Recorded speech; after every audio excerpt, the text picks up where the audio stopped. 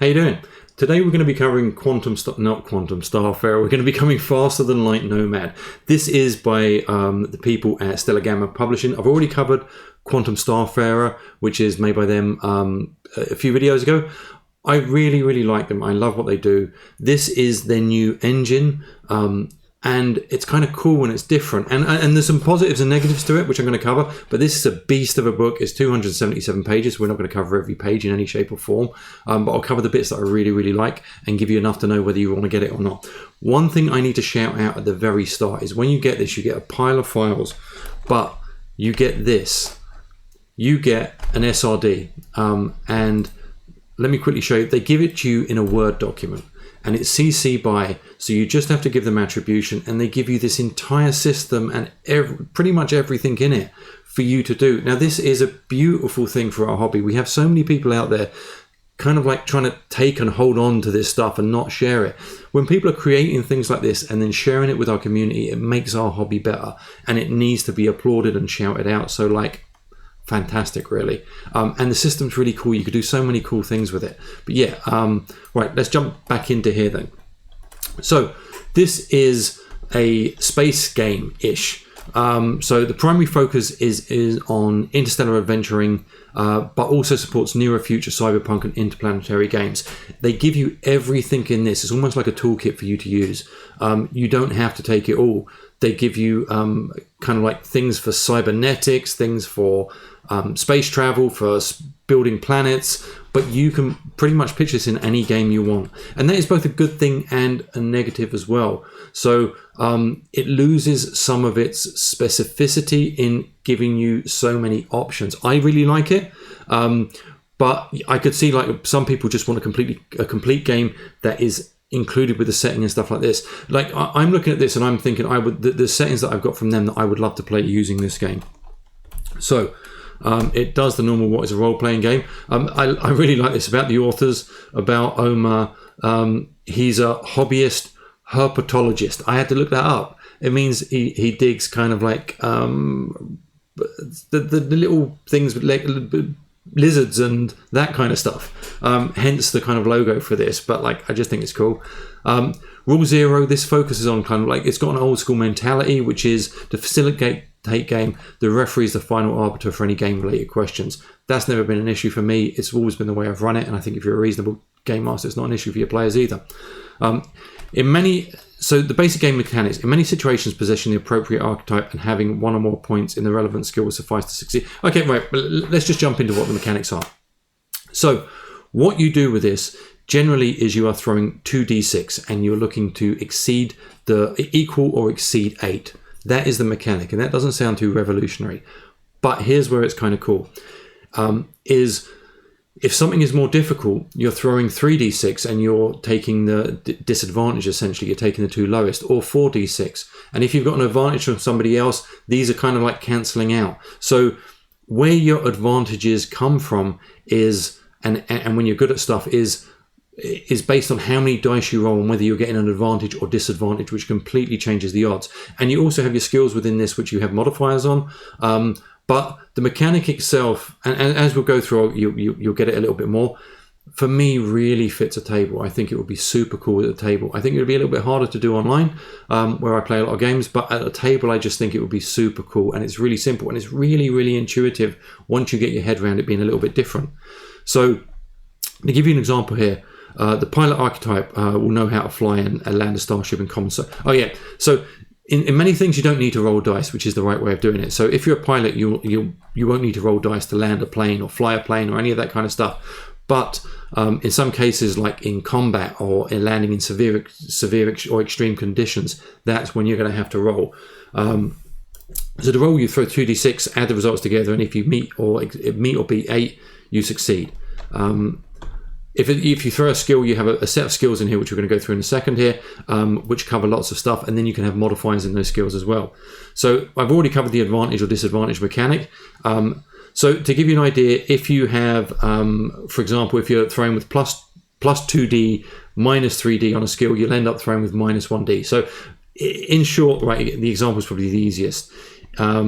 So if you are, for example, say you're throwing and the circumstances and your whatever it is gives you an advantage, but there are also some terrible things that are happening against you, you add up and subtract the dice not the dice modifiers, but the extra dice you're getting, and whatever it is, that's what you roll in the end.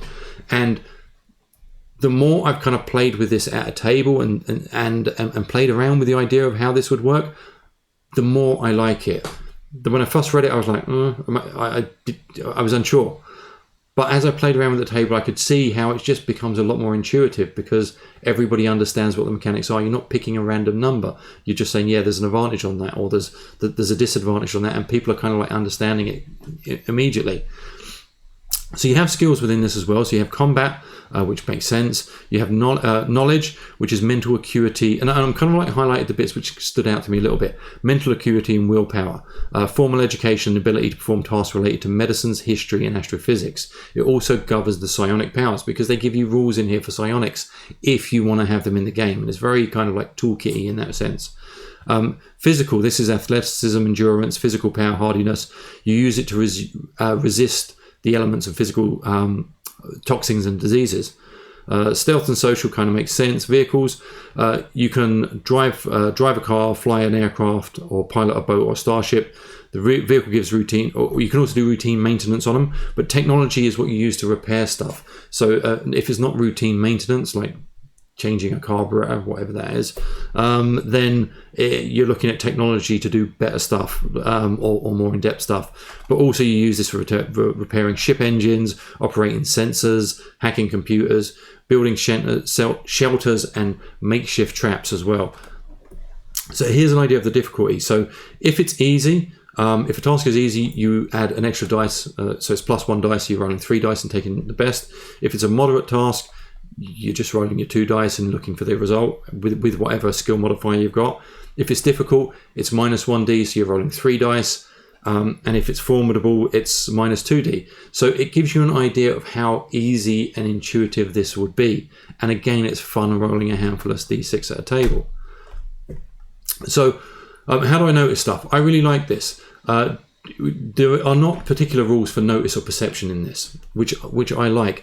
If characters detect an ambush, clue, or other useful information, they roll the relevant skill. So to conduct an investigation of a crime scene, you're going to use your knowledge skill.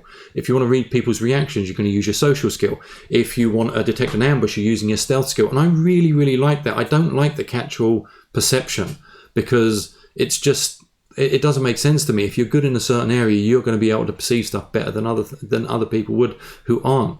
So I really, really like that. And I love the way that they kind of like highlight it as well, because there's bits that are made to stand out at you. So character creation. This will give you a much better idea of what the game's like. You develop a concept. You start with the idea of what you want to be, not with a class. You just start with the idea. You distribute 5 skills, 5 points among your 7 skills. Everything starts at 0. You may not assign more than 3 points to a skill.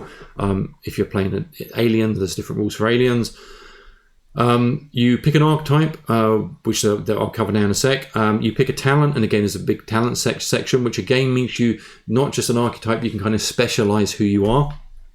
Aliens do not receive them because they get other abilities. You calculate your stamina. So stamina is your ability to shrug off stuff, which is really cool. Stamina is 14 plus 3, and it heals a lot faster than your. It's almost like it lets you jump into combat and kind of regain it a lot faster as well. You calculate your encumbrance, 10 plus your physical skill. You get your equipment. You finalize your character. So it gives you a bunch of different aliens, really easy to make them because it gives you good instructions on that as well. So like insectoids, the male gains +1 dice on stealth rolls to sneak in dim light. Females may fly up to the near ranges. All insectoids gain +1 dice to resist poisons and diseases. Really, really easy to create all your races, and they give you kind of the races that are in some of the other settings that they use, which is really cool as well. So archetypes, I'm going to cover a few of these now. So A character will be given archetypes, will be knowledgeable in the general skills and competencies of their archetype. For example, a scout will know about wilderness survival, navigation, and camouflage. So this saves all them kind of like sub-skills you need. Your archetype, you're going to be able to kind of, if it's reasonable, you have knowledge on it, which again is one of the things I really like. Most archetypes are presented here as standard scientific fiction, but the referee encourages players to create their own, and it's really easy to do it. Archetypes typically grant a character an advantage dice in certain situations. This archetype bonus should apply wherever possible, with the notable exceptions that they do not apply to combat roles. So, for example, they give you an agent, which is a spy, a bounty hunter, a corporate troubleshooter. So you would pick you wouldn't say you're an agent, you would say that you're a bounty hunter. And again, that's going to give you almost like your sub skills in that area that are reasonable to use. And this character is also well versed in espionage, subterfuge, skullduggery, which I love that word, and conspiracies. For example, a character gets +1 dice when bribing officials, investigating for useful data or clues, or skulking around trying to stay unnoticed. So it gives you a bunch of these examples. So you can create almost anything you want, but it also gives you the instructions on how to make more. So again, you can bend this and fit this to your own style game, which I really like. I highlighted a bunch of these. I'm not going to go through them all in detail because I realized later on as I went through how much of this book I ended up highlighting, and I don't want this to be like a 40-minute video. So humans characters play with 1 talent each. Here are the talents. So humans, again, as in most games, tend to be more adaptable. So you have things like assault. Assault specialists receive training in the use of heavy weapons. They gain 1 dice when using assault weapons, hunting tanks, or other large vehicles. And there's an absolute pile of these, and they start with different areas. You have combat talents. So that was one of the combat talents. You have marksman. A character has a particular adept when hitting where it counts most with a ranged weapon. They get an extra, add 2 dice to damage rolls with a weapon, which again is super powerful. Then you've got character talents, and this gives you an idea of just how flexible this system is. You can build anything you want. It's almost like stuck with, you're not even constrained by the amount of choices they give you. You're constrained by what you can come up with at the table. Empath. This talent resonates an innate ability to relate to other sentient beings. You get +1d on reaction rolls when interaction with humans. Pet, love it.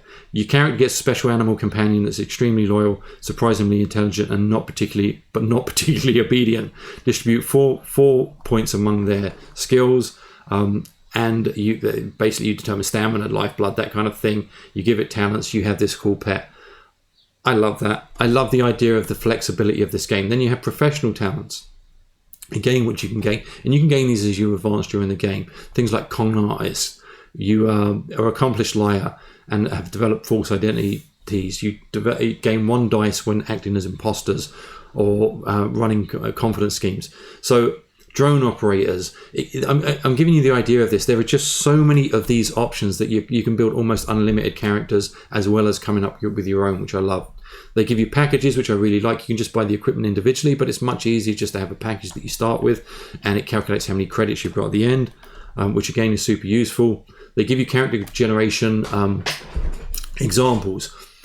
That's one of the things this book does really, really well. So here is an example of creating a character, and then there is the character card when it's done. You could fit it on an index card. Now that is not restrictive. You could fit it on an index card, but you can do so much with that character, and it gives you so many abilities that you can then build into the game because of the simplicity of the elegance of the dice mechanic. And again, it gives you piles and piles of examples. Now, I really like this because it gives you such a clear idea of how this game is to be used and how it's to be played, which is super cool. Experience. You gain 1 experience per adventure. Every 5 experience, your character can raise in a rank. And in this game, and again with most of the Stellar Gamma games, you raise in 5 ranks, up to 5 ranks. So experienced, expert, veteran, elite, and then that's kind of it. When you raise in a rank, sorry, let me get a quick drink. You get to add 1 point to a skill. Any skill, you may not raise a skill above 5. Gain 1 talent, gain a psionic power. Once a lifetime, you can gain a second archetype. Now, personally, I would change this. I would change it in all of their games, and it's super easy to do it, which is, again, I love games that you can hack on. So I would probably let players keep on doing this. I would restrict the amount of talents they could add points to, because that's game breaking. Like once every third you can add one or something like that. But I would have characters be able to just expand and get cooler and cooler. That's my personal view. And it doesn't break the game at all for you to do it, as long as you're not letting them have ridiculous modifiers on their skills. Hero points. Again, love hero points. Love this kind of meta currency. You get 2 hero points. You can spend at any time for a couple of things, which I love. You can re-roll any single dice throw. It includes damage or penetration rolls, as well as wound triage, and wound triage is really important. Or you can ask the referee to re-roll a dice. The second result always stands for that.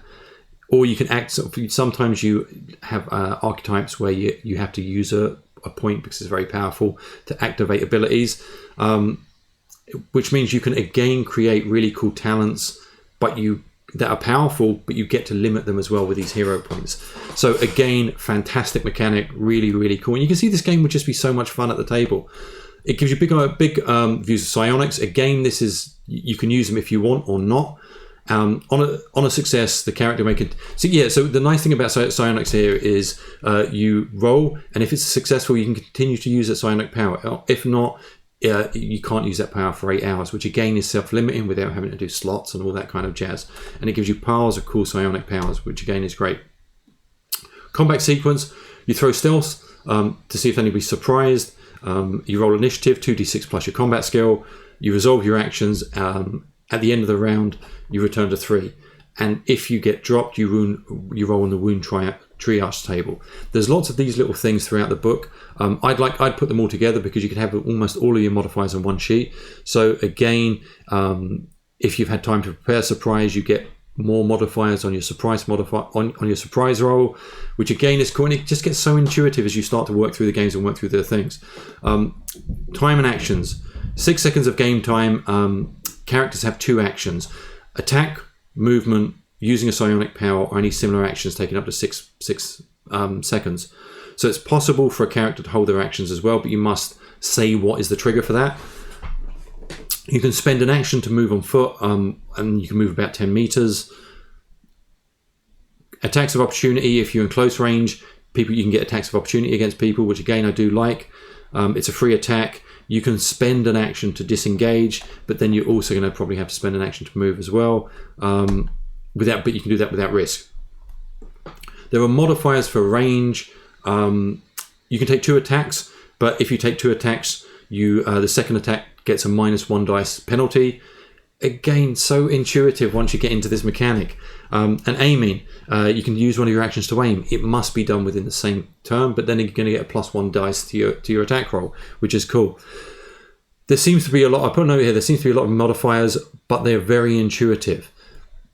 Once you've went through it a few times, you don't need to look at this. You just understand that if you're aiming, you're going to get a dice. If it's dim light, no, that's 1 dice. That's -1 dice. And the fact that they accumulate is much easier to make those rolls instead of like having to do maths, really. They give you a pile of weapons. You have a frenzy thing, which is really, really cool. Whereas if you kill somebody, you can kind of go a bit nuts. They give you ideas about damage and healing. This is kind of cool that I didn't cover. So damage subtracts the rating of armor. So subtract protection rating from any armor when you get damage, and then you apply it to stamina. When the stamina runs out, the target is wounded and typically out of combat. They may attempt to keep fighting even when wounded. You throw physical to keep fighting. If they fail, they're incapacitated by the wounds for the remainder of the combat. Any further damage when they're wounded causes additional wounds. So once you're wounded, you're going to have to roll on that wound triage table. The more wounds that you have, you get minus, for every extra wound you get -1 modifier on the wound triage table, which again, and there's rules for instant death here, but I'll go through the wound triage table now in a second. Your stamina you get all of your stamina back pretty much straight away, which is cool. So healing on wounds, serious physical wounds will take a while to heal, but I like the mechanic. I like the mechanic that you've got this thing that your stamina that you can get back fairly easy and get into combat, but there is a risk once you get to the bottom, a proper risk, and you can then push yourself to get more into combat and fight more, but again there's more risk that comes to do with that as well. It gives you rules for heroes and grunts if you want to run that kind of game, which again is kind of cool. Here's the triage table. If you roll 2 dice, and again remember you can use your meta currency, is it stunt dice? It's not stunt dice, it's something else that I said earlier on to kind of re-roll this stuff. But for every additional wound you're getting a -1 dice modifier on this. If it's 3 or lower you die. If it's 4 you get a critical injury, you're incapacitated, you then have to roll again to find out what it is. It's going to be something permanent. You've got severe injuries, it will take time for you to recover. Some of them are just flesh wounds as well. So again, very, very cool. There's rules for morale. They do this massive combat, or several of them. Examples, they're really, really in depth. This is one of the powers of this book, I think, and it does make the book a lot longer, but as a GM reading this book, 100% made me appreciate the mechanics and understand the mechanics. They give an example of what happens when you're getting mugged by a few people. It starts here, the example goes on, gives you each round of combat, and gives you exactly know what that's going to happen. Then there's a shootout, and it gives you a really clear idea of what's going to happen. That was a physical fight. This is a shootout. It gives you a really clear idea of how a physical fight would happen. Really, really cool. As a GM reading it, it made me understand and appreciate the mechanics. Computer hacking rules, environmental hacking, you can get fatigue and stuff like that, which gives you dice modifiers. I'm going to start going through this faster because it looks like I'm on like 20 minutes here. Oh, by the way, if you're enjoying these videos and you're still here, subscribe to the channel. It makes a difference for me, so thank you. And like it as well. Equipment. The goal of the equipment is to give a good sample but not an extensive list. It gives you piles of stuff, gives you ideas of salaries, armor depending on the age, so you can match it to your setting or the planet that people are visiting, which again is cool. Aspects of weapons, which I like. It's kind of like tags on weapons. Melee weapons, some things that I didn't kind of like vibe with, things like the axe. You get it's early primitive, it's only 25 credits, but the damage it does is 2d6 plus 1. A vibro blade costs 1,000 credits, 3d6 plus 2. Not a huge difference, but I suppose it probably is in the game. But yeah, I don't know how you do that with how you measure that up with the kind of worlds that you're living in, but I suppose a lot of worlds, if you're not going to be using primitive weapons anyhow. Right, go on. Weapons, loads and loads of stuff on equipment. Cybernetics, they give you rules for cybernetics, which is really cool. The more cybernetics you put in, you can end up getting loss, which again affects your social skill, and you can kind of lose yourself and become more machine than human, or alien, which is cool. Loads and loads of vehicles. They have really cool combat procedures for vehicles, which is to do with the position that I've spoken about beforehand. So you roll to get position. Position is a really cool thing that helps you kind of like easily deal with the idea of a 3-dimensional space and fighting. And position basically gives you a better chance of hurting the other one. So you're fighting for position. When you get position, you then do your attack rolls, which is cool. And they give you more advanced stuff. They give you vehicle damage things, more advanced combat in the sense of what other people can do if you're in a bigger vehicle when you're fighting. There's combat stunts, which you can do. Again, the examples gives a really in-depth instruction manual of different combats so you completely understand how it works. So again, like I've read sci-fi books and I haven't... Sci-fi generally isn't my vibe, and I want to run it. But having this stuff gives you the confidence to run it, which again is super cool. And we are like only about halfway through this book here, so I'm going to like flip on fairly fast. Loads of stuff on ships, building ships, that kind of stuff. Payloads, gives you ideas for kind of transporting goods and all that kind of jazz, which is brilliant. Loads of examples for ships. You can just pick the type of campaign you want, essentially. Starship operations, which again is cool. It gives you an idea. Passenger and trade, which again is brilliant. This is everything you need to run whatever type of sci-fi game you want. Gives you stuff on creating worlds. It's simplified more so than the Traveller thing, which I really like. Traveller's too much for me, but this lets you create really in-depth worlds super easy using world tags. Everything you need to create planets, sectors, gives you sector maps and stuff with it as well. And just loads of detail on local businesses and how to set it up. Just really cool stuff. Everything you need to run a sci-fi game. Let me grab it from my shelf.